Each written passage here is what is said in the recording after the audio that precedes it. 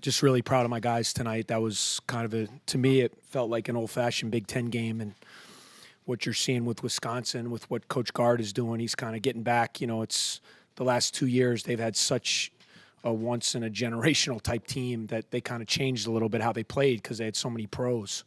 And I think what you're seeing now is they're kind of getting back to Wisconsin basketball, and I really think they're playing well. I know their record isn't indicative. They've lost a lot of close games, but he's doing a great job, and to win a game like that tonight was just big for our team. And certainly I know a lot of people don't think we can win without making threes, but I guess we can. So I'm open for questions.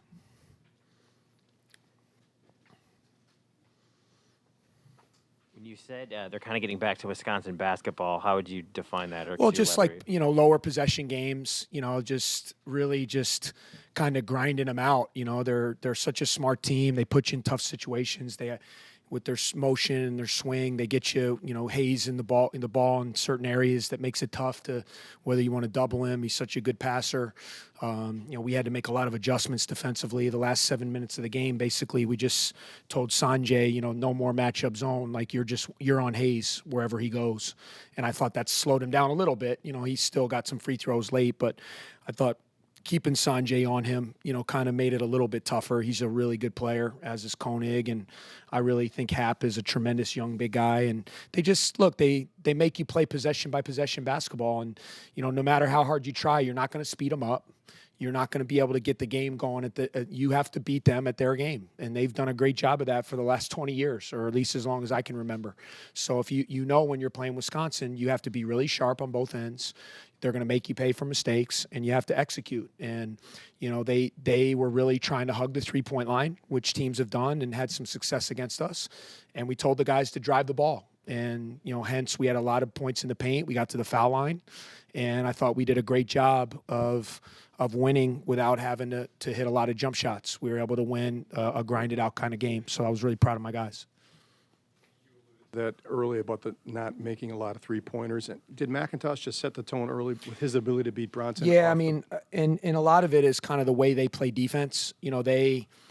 That's what they've always done. Like you look, and if you make those shots, then you can have success against them. Like in the national championship game, Tyus Jones came off and hit a bunch of shots, so Duke beat him. If you don't make those shots, you're going to lose. So you just know going into the game, that's what they give up. They give up you coming off and shooting mid-range shots and those floaters in the lane.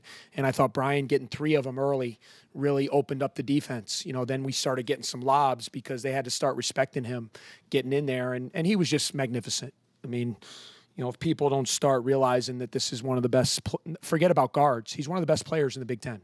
So, we can say all these things, but, you ask coaches in this league, this kid is an elite player. And once again, he just absolutely led us to victory tonight.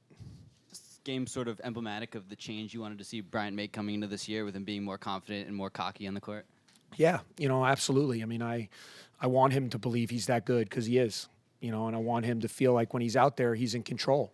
It doesn't mean he's going to play great all the time. He's going to have his moments. He's still going to make some mistakes. I mean, I thought we could have handled the last minute a little bit better. We got rattled a little bit late. We had timeouts. It was our arrow.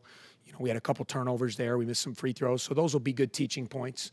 But overall, I thought he controlled the game. I just thought we were in control. He had the ball. We were able to run a lot of our sets. And again, we're going to take what they give us. If they're going to hug Aaron and hug all those guys on the perimeter and not give up threes, then we're going to drive the ball and we're going to hit our bigs. And so, we had 30 points in the paint and 22 made free throws. So that's 52 points. So, I thought I was really proud of our guys really taking what the defense was giving us. Is your dress shirt already at the dry cleaners or what's going on? Yeah, I mean, I got a little sweaty trying to get our fans to stand up. So it's, look, I just want my guys to know that I'm in the fight with them, and that's all it is. That sometimes I feel they need my energy out there. It was a hard-fought game, and, that those guys know that I have their back and my staff has their back, and that's why we have a good thing going. I mean, it's been a really fun team to coach so far. Taking that charge late, especially with your 2 centers fouled out. Is that who that was in the mask? I didn't know. I didn't know who that was. I was calling him the the luchadors or whatever those wrestlers are, that Rey Mysterio Jr., whoever those guys are. But Gavin broke his nose in the Minnesota game. He took, Jordan Murphy fell on him on a rebound, and he broke his nose, so he's going to have to wear his WWE mask for a while. But I guess that's what got him going. And I thought he did some really good things. He gave us 2 buckets in the first half. Thought his energy was really good. And then him, even though he missed the first free throw, but him even walking up and making the second one, just to keep some momentum. And then, of course, the charge he took on Koenig, was a huge play when they had cut it to 5. So really good contributions from Gavin. After the 2 losses against Ohio State and Maryland, you bounced back with 2 consecutive victories. How would you assess your team's play through the first 5 games? I mean, up and down. I mean, we've had our moments. We've played really well at times. We've struggled at times, and that's what's going to happen in this league. I mean, if you were to say to me, though, we've just had to play Wednesday, Ohio State Wednesday, Minnesota Saturday, and then Tuesday. So we've had 3 Big Ten games in 6 days. It takes a lot out of guys. So for us to come out with the energy tonight and cap off that 3 games and win 2 out of 3, that's really good. I had somebody mention to me it's been a little bit of time since a team here has been 3-2. So, I guess that's pretty good. And we're just gonna keep playing. Like we're not gonna overreact. We're gonna have games. We're playing really good teams. We are every night. We got a good team on Saturday coming in here, Penn State. So, there's going to be nights we get beat. And the thing about playing in the Big Ten is you just got to, if you win, you got to get ready for the next one. And if you lose, you got to dust yourself off and you got to get ready to fight the next game. Like we've approached this thing like it's an 18-round fight. And I told our guys at the end, like every round counts the same and every game is a round. And your goal is to try to win the round. And, hopefully at the end of the day, when the dust settles, you've won more rounds than you've lost. And if you've lost more than you've won, then you're in trouble. If you've won more, then you're probably in a pretty good spot in this league. So we're just trying to simplify it and play each game. When you started that tonight was a big win, and I mean, was it big to be able to win the way that you did, or against the quality of team that you did? What do you think both. I think both. I think there's a lot of chatter that we're a one-trick pony.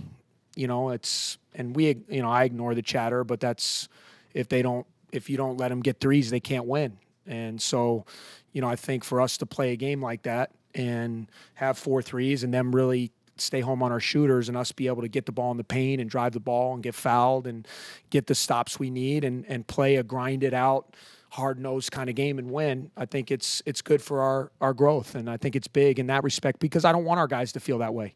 I don't want them to feel in a game if we miss some shots early, we can't win because our threes aren't going down. No, I mean, these teams taking away our threes, and then let's go to plan B, and let's do some other things. Let's get to the basket and let's play defense and let's figure out how to try to get a win.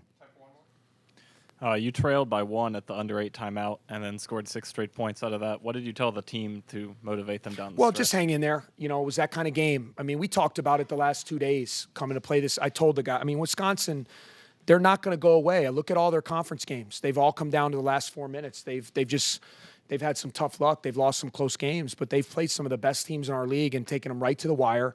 They never panic. If they got down early, they didn't panic. They kept playing.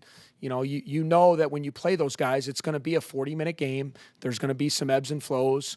We might have some momentum. They went on a little bit of a run, got the momentum. We just needed to settle down, and then coming out and getting those 6 points I thought was huge to regain the lead. The crowd got into it a little bit, and then I thought we were able to carry that on, down the stretch.